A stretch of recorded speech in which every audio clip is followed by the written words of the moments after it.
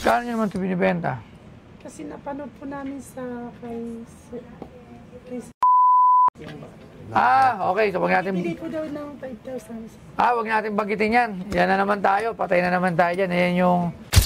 Yan kasi ang hirap eh. May mga tao kasi na pinapaniwala yung mga tao na nabili sila ng coins na gato sa libo-libo.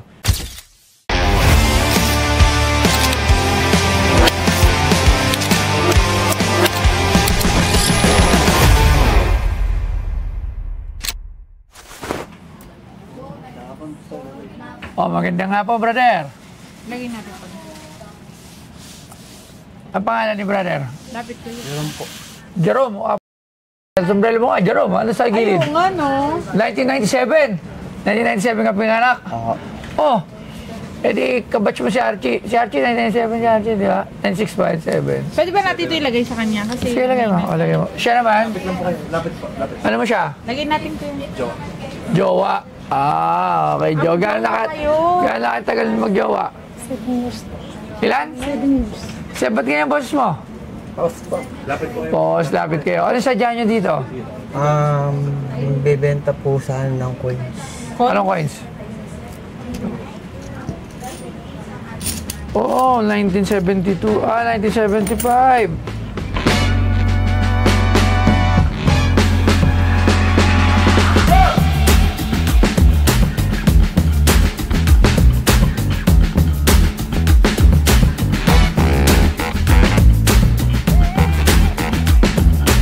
Isang 5 pisong barya ang ipinakilala ng Bangko Sentral ng Pilipinas alinsunod sa Ang Bagong Lipunan series na inilabas bilang paggunita sa deklarasyon ng martial law ni Ferdinand Marcos.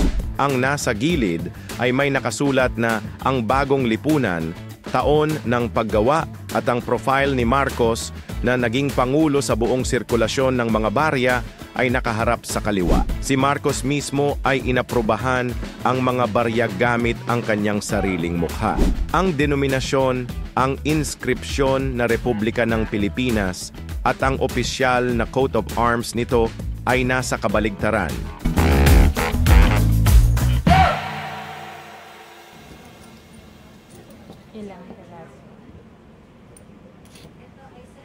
Pito, saan nyo naman nakuha to? Hintay lang po sa amin yun po. Basta nanghingi lang po yung trabaho namin po. Nanghingi po sa kalsada. Nangingi lang po kami sa kalsada. Yung pang binigay sa amin kasi nabibili daw po sa Nabibili. Kano nyo naman ito binibenta? Kasi napanood po namin sa kay Okay. So, wag natin... Bili po daw ng 5,000. Wag natin banggitin yan. Yan na naman tayo. Patay na naman tayo dyan. Ayan yung coin collector kuno. Yung bakas. Yan kasi ang hirap eh.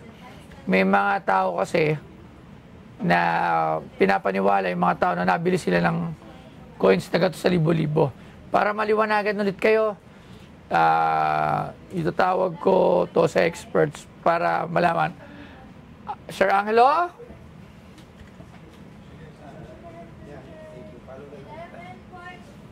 Sir Angelo, ito na naman, may problem na naman tayo. We have a problem. We have a problem? Yes. Ano yan? Napanood na naman niya sa isang coin collector. Alam mo na kung sino? Huwag naman Bagitin ka ba? Huwag lang ang bagitin. Huwag na natin bigyan ng ano yun. Basta, ano yun eh, parang mataba. Mataba ba yun? Sige, pahingin loop. Ano na? Meron kang loop. Ang initials ay Sir A. Sir Angelo? Ikaw ba yun? Hindi ako si Sir A. Binibili daw ng libo. Alam ko hindi eh. Okay. Ito, mga common to, yung 1975. Actually, doon sa shop ko, hindi na nga kami tumatanggap nito. Sobrang dami nito. Pero merong ano dyan, merong kakaiba dyan na pwedeng mabili. Ano? Yung merong mint mark na Franklin Mint. Ano ibig sabihin nun? FM. Saan nakalagay? Ibig sabihin, wala dito. So mga common lahat ito. Ano nakalagay? Saan nakalagay yon para makita natin? Dito. Dyan. FM, may nakalagay? Oo. Pagka may ganun, magkano? Yung FM niya, parang yung single letter lang na FM. Magkapatong? Magkapatong. Magkano yung ganun? Pag yung gano'n, mabibili mo pa ng 200. 200 lang. Pesos, gano'n. Akala ko naman sobrang mahal. Ito yung ganito. Yung 1975, Yung 1976, 77, 78, 79, 80, 81. Yan ang medyo may premium na konti kasi bihira yung late night. Magkano? Pwede mag 500 pesos. Oh, Ay, Pero hindi magkano? libre. Eh, bakit ito binibili ng isang kunong coin collector? Libo raw. Eh, sa kanila yan nila ibenta. Eh, wala. Ayaw Sa naman. atin. Ayaw.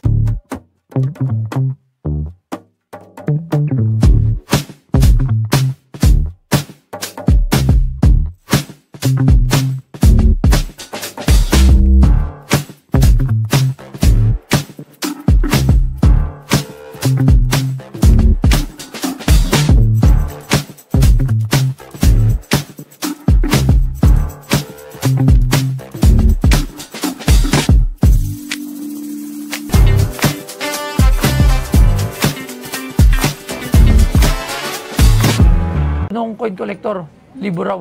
Eh, sa kanila yan nila ibenta. Eh, wala. Ayaw Sa naman. atin. Ayaw naman tayo. Ano na eh, pagbilan eh. Ay, pag. Tama ba? Sabi ko, di ba meron tayong ino-offer doon?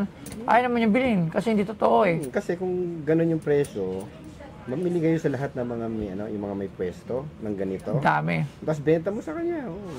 Lahat magiging lahat Alam ko nga magiging parang meron din ako sa Mahirap dumaan. ibenta nito. May dumaan din eh, yung coins na may butas. Ano yung 5 centavos? Oo.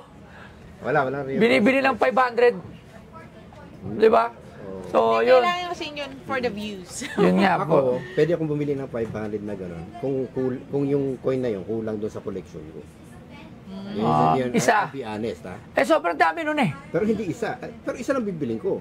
Oh, Pag five- nakabili na ako, hindi na ako bibili. Ng 500. Oo, kasi kunyari, meron akong collection. Kung kinukompleto ko yung year, tapos kulang ako ng isa, tapos yun kahit biling ko 500. Eh, sobrang okay. dami nun ah.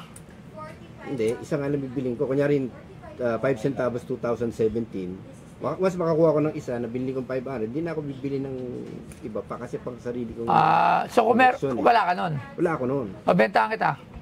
Sige. Hindi, ang meron ako. Ang wala ako, 10 pesos 2007 tsaka 10 pesos 2009. Magkano naman yun? Ayun, pag ganon, pwede mong bilhin nyo kahit 3,000. Ano ulit? 10 pesos 2007, 10 pesos 2009. 10 pesos 2007, 10 pesos 2009. Iyan nyo yan. Magkano ang bilihan nun? Yan yung legit na mahal. Yun, mga 3,000. Oo. Oo, wala pa niya namin. Ano yan? Dito totoo, may matututunan kayo. Pwede mong benta ng 4,000, Oo. 5,000. Pero at least napaliwanagan natin kasi sobrang dami kasing naluloko eh. Na umaasa. Tama. May Daming also- umaasa. False hope. Doon sa may mga maraming hawak na barya. Porket sinabi nung isang coin collector kuno na hindi naman talaga at for the views views. lang. Eh, hindi ho yun totoo. Ayun lang ho ang gusto namin marating. Maraming salamat. Thank you. So, magkano yan? Thank you po. Teka, saan kayo? Sa Angeli Mic lang. Kalayaan po. Kalayaan. Kalaya po sir. Nangingi lang po kami. Okay, saan trabaho nyo? Nangingi lang po sa mga bahay-bahay sir. Nanghihingi. Magkano ba to dapat presyo? Ha? Magkano? Mura lang to eh. Magkano nila ba pinipresyo? Eh, bigyan na lang natin to ng pamasko sila. Sige. Magkano mo bibigyan ng pamasko to? Magkano ba to? Mura lang to eh. Boss Arman, magkano pala to? Angelo. Angelo, magkano isa nito? Dami ko na rin ito eh. Magkano isang ganito? Kanino ba to? Ay, hindi akin yan. Ay, akin yan. Kita mo. Litong-lito na. Magkano ganyan? Nandito ako Kasi isang guest nyo eh. Ang ganito. Okay, bentahan nito sa ganitong kondisyon. Sa amin sa shop namin, 50 pesos. 50 pesos. Mahal pa yun. Hindi 350 siya. Kung ako binibili ko yan, mga 15-20. Kung bibilin ko. Alright. Sige, thank you. Okay, thank you. O, amin na lang to. Gano'n kayo katagal mo, Shota? 7 years po. 7 years. Wow, sige nga, kiss mo nga. Pag ako natuwa ako sa inyo, kiss mo nga siya. Wow! Dahil dyan, Bigyan mo lang sila ng pamasko. yeah. Magpapasko na naman. Kailan ba kayo kakasal? Gusto niyo ba kayo kasal? Malapit na rin birthday ko. December 24. December 24. LPGT po kasi yung kasama. Yes. Okay. Oo. Kiss mo na ulit. Isa pa, kiss. Oh, LGBT. Bibigyan ko na lang kayo. Mahal ko ang Kaya to, LGBT. bigyan mo sila love 2.5. Pwede na ba yung 2.5? Sige, tapos mag-check-in na kayo. Hindi yan. Hindi, joke lang. po sa birthday niya. Sige. Ibigay na lang 2.5. Amin na to ha. Maraming salamat. Yung mga pinapanood nyo, huwag nyo masyadong papaniwalaan yung iba. Thank you very much. Bastoyo. Sige, akin na to. Palawang, 6K lang. Salamat po sa lahat kay Bustoyo. Masaya po dito. Excited kami makilala po siya kasi napapanood lang namin siya sa TV, sa YouTube. Pero masaya pala dito. Thank you po. Po si John Nisan. Salamat po kami kay Bastoyo. Binigay niya. Binigyan po kami ng pamasko. Maraming salamat po. Salamat sa inyo, Bastoyo. Mabuhay po kayo.